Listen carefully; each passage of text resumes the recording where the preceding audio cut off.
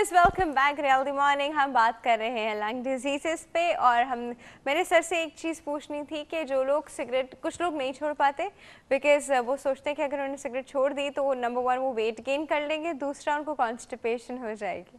तो I don't know why this is link, in fact when they go to the loo, मतलब washroom भी जाते हैं तो देखिए, बात यह है कि ये तंबाकू जो है, ये सिगरेट इतनी पावरफुल एडिक्शन है और किसी भी एडिक्शन का अगर आप आदी हो जाएं तो उसके बगैर फिर आप कोई काम करने के काबिल नहीं करते, चाहे वो मतलब है कि कॉन्स्टिपेशन का मसला हो या कोई और मसला हो। कुछ लोग कहेंगे जनाब मैं हाजमे के लिए सिगरेट पीता हूँ। तो बात यह है कि ये सारे मिसकंसेप्शन है लोगों के जहनों में। कब्ज़ को कुशा करने के लिए बेहतरीन दवाइयाँ मौजूद हैं। लोग फल और सब्जियाँ खाएं, ये सब गोल की भूसी खाएं तो उससे कब्ज़ इंशाल्लाह नहीं होगा। और कोई ये सिर्फ इस बुनियाद पे सिगरेट पीता रहेगा जनाब इससे जो है मुझे कॉन्स्टिपेशन का प्रॉब्लम नहीं होगा, इससे कॉन्स्टिपेशन का प्रॉब्लम तो चलो नहीं हो लेकिन लंग कैंसर और हार्ट अटैक ज़रूर हो जाएगा। वो ज़रूर वो ज़्यादा ख़तरनाक है। अच्छा जी, हमारे पास एक कॉल मौजूद है, सर अटेंड करते हैं। अस्सलाम वालेकुम।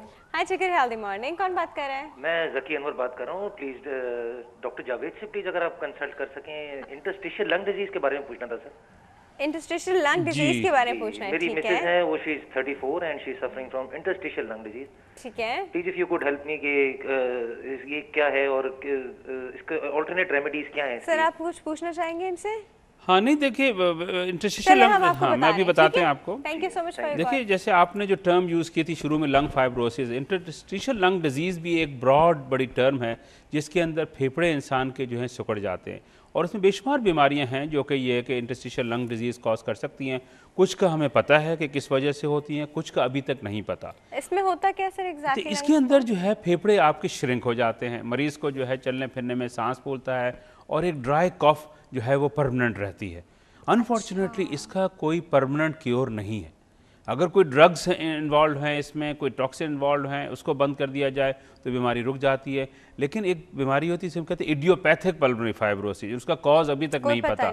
सारी दुनिया में रिसर्च हो रही है इसके ऊपर, मरीज़ हमारे पास बहुत हैं, अमेरिका में भी, बरतानी, सारी दुनिया में है इस तरह के मरीज़ हैं, लेकिन अनफॉर्चुनेटली अभी तक रिसर्च ने इस बात को साबित नहीं किया।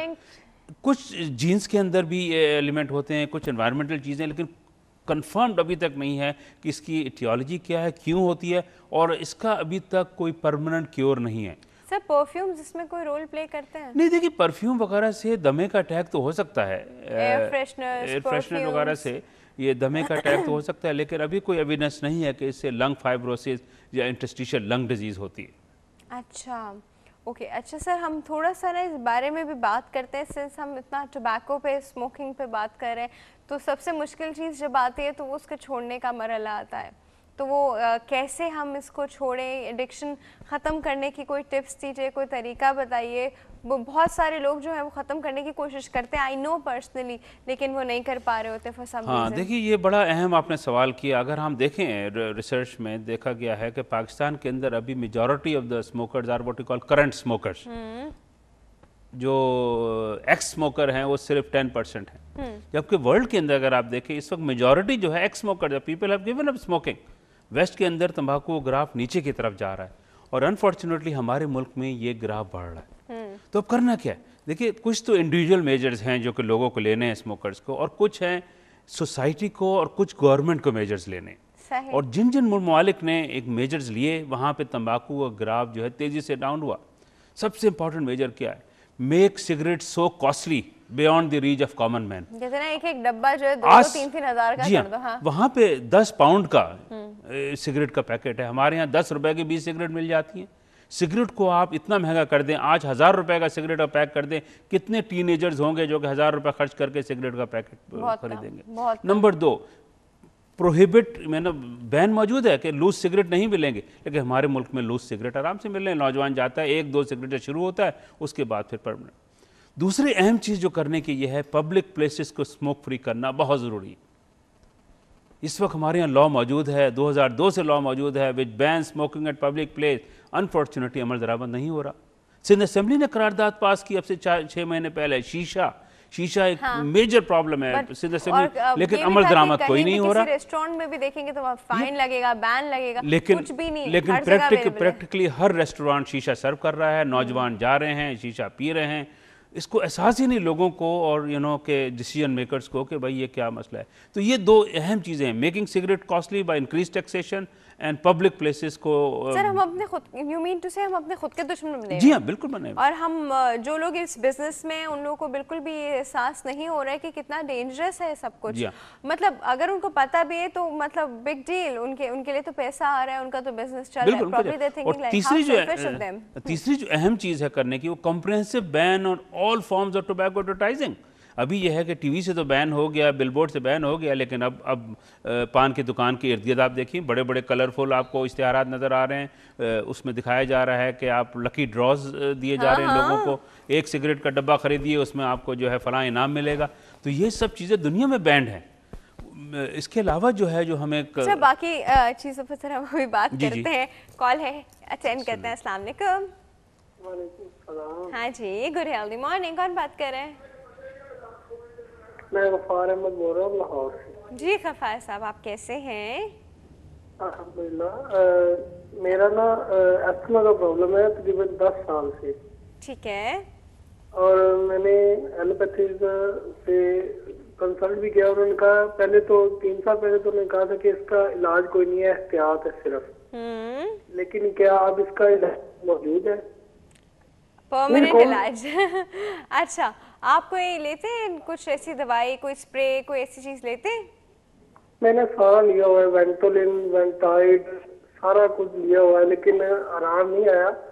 और बाद में फिर मैंने होम्योपैथिक यूज कर रहा हूँ इस वक्त। तो अच्छा, यानी आप चाह रहे हैं कि कोई परमानेंट क्योर, इसका परमानेंट सोल्यूशन?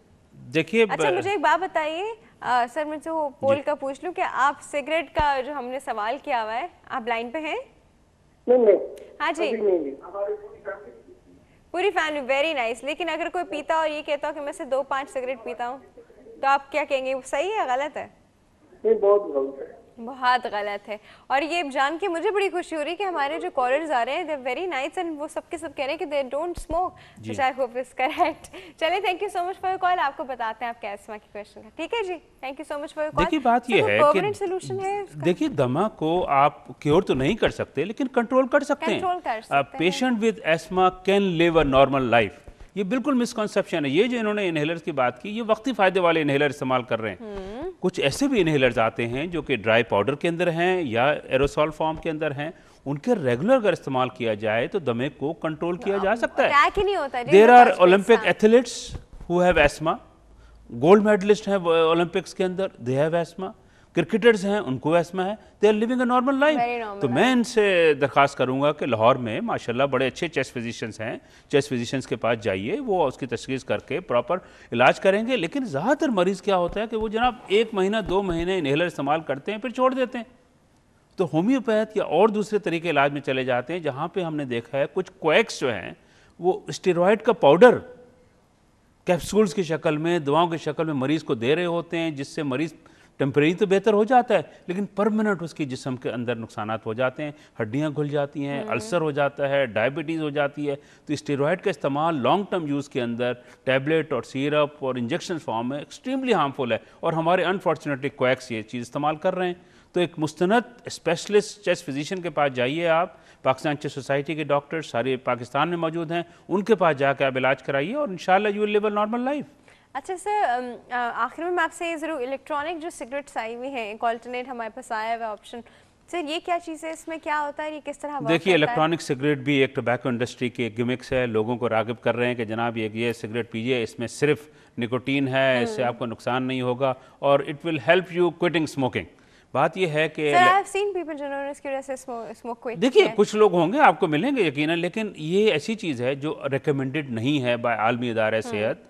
इन्होंने अप्लाई किया, FDA अमेरिका की जो इदारा है वहाँ पे उन्होंने रिजेक्ट कर दिया। इन्होंने एयरलाइन इंडस्ट्री को कहा कि इलेक्ट्रॉनिक सिगरेट को एयरलाइन में इजाज़त दे दी जाए, उन्होंने इनकार कर दिया।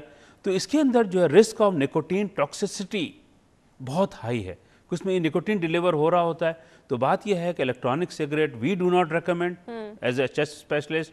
Best way to give up smoking is to give up completely. उस चीज़ का ये सिंबल को ख़त्म होना चाहिए ये जो एक आप उस सिगरेट को रिप्लेस करके इलेक्ट्रॉनिक सिगरेट यहाँ रख देंगे, क्या इसके बगैर जिंदगी नहीं गुजारी जा सकती? अच्छा सर, इसकी सिर्फ एक अच्छी चीज़ जो कही जाती है वो ये कही जाती है कि वो जो पेपर जो जलता है, जो उसके पॉइजनस टॉक्सिन्स जो होते हैं वो अंदर इनहेल नहीं होते। और ये कि आपके निकोटीन के लिए तो हम निकोटीन पैच और निकोटीन गम और वो सही है, लेकिन ये है कि अभी चूंकि ये नई चीज़ आई है, इसके ऊपर और रिसर्च की ज़रूरत है। कुछ लोग उसको प्रोपगेट कर रहे हैं, लेकिन as a chest specialist, as we do not recommend. इसके लिए काउंसलिंग है, इसके लिए दवाइयाँ अप्रूव्ड हैं, स्मोकिंग सजेशन के लिए दवाइयाँ अप्रूव्ड हैं, पाकिस्तान में अवेलेबल हैं और क्लिनिक्स भी हैं। स्मोकिंग सजेशन क्लिनिक्स पाकिस्तान में national alliance for tobacco control ने क्लिनिक्स भी इस्टेब्लिश किए हैं। लोग जाइए, एक्सपर्ट से बातचीत करें और इन दवाइयों की मदद से सिगरेट छोड़ सकते हैं। लेकिन सबसे इंपॉर्टेंट चीज़ अगेन है विल पावर। और ये मेजर जो एनवायरनमेंट के हैं, जो मैंने गवर्नमेंट के लेने के हैं, बैनिंग पब्लिक प्लेसेस में smoking and making cigarette so costly, ये सारी चीज़ें करने की हैं। 5000 का डब्बा कर दें, जिसकी तनख्वाह 5000 होगी तो सोच भी नहीं सकता। सही बात है। और लूज देना बंद कर दीजिए।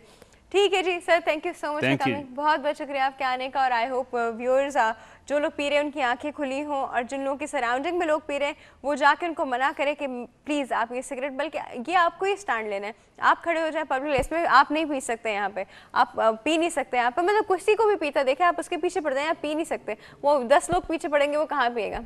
नहीं पिएगा ना, एक वक्त में आएगा नहीं पिएगा। जी बस, अब हम लोग का ब्रेक का वक्त हो चुका है। ब्रेक के बाद हम बेस्ट 5 के सेगमेंट के साथ वापस आएंगे, आप कहीं मत जाइएगा।